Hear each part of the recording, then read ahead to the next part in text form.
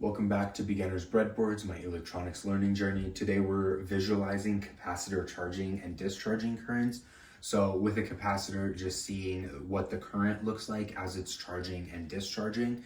So to show this, we built a small circuit here using the principle of the RC time constant with a resistor and a capacitor. So we're using a signal generator here, which creates a 0 to 5 volt square wave, and that feeds into a 1 kilo ohm resistor and 1 microfarad capacitor. And so what we're trying to show here is that as it charges and as the signal goes high, there will initially be a very high spike of current between the resistor and capacitor. But as the capacitor charges, that current will reduce. And then when the signal generator goes low, the capacitor will discharge in the opposite direction, which means there will be a negative current. So we're doing this by connecting the oscilloscope. So first we're just looking at the voltage in and voltage out using channel 1 and channel 2.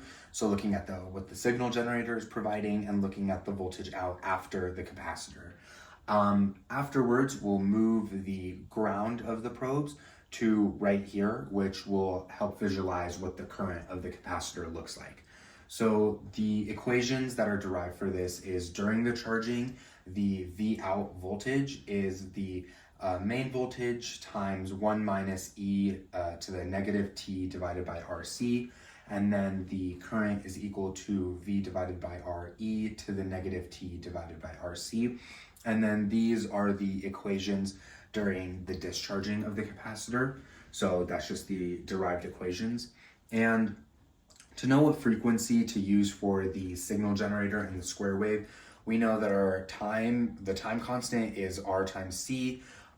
With the resistor value and the capacitor value, we get about 1 millisecond. So using these equations, we know that it'll be about 5 full time cycles for it to charge completely. So adding that together and then finding a frequency for the square wave gets us about 50 hertz. So that's what we're putting on that. So when we move the oscilloscope probe over here, we're looking at the voltage between the resistor, and using the V equals IR equation, we know that R is a constant. So by looking at the difference between the voltage across the resistor, in a sense, we're also looking at the current that's being flowed through there. So here we have everything on the breadboard, our signal generator creating our square wave at 50 hertz. And then this is what's being shown on the oscilloscope.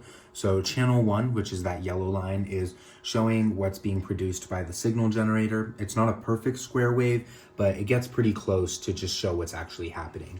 And this blue waveform is showing the capacitor charging and discharging. So again, as this goes high, the capacitor will slowly start charging up. And then when it drops to 0, the capacitor will discharge slowly, which is what creates the current shift.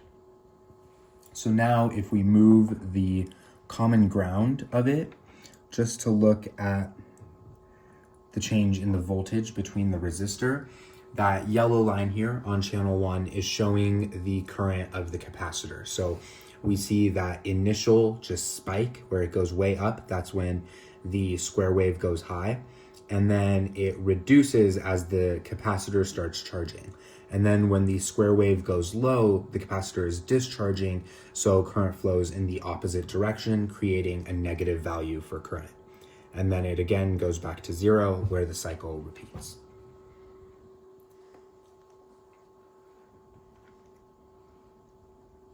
So now we can add another capacitor here to slow this down even further.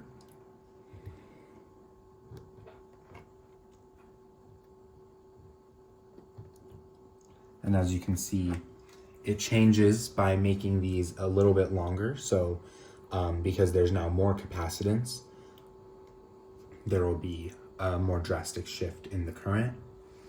We can also move this probe back to the actual ground to show now the wave has decreased more, and the capacitors both take a longer amount of time to fully charge, but also a longer amount of time to fully discharge.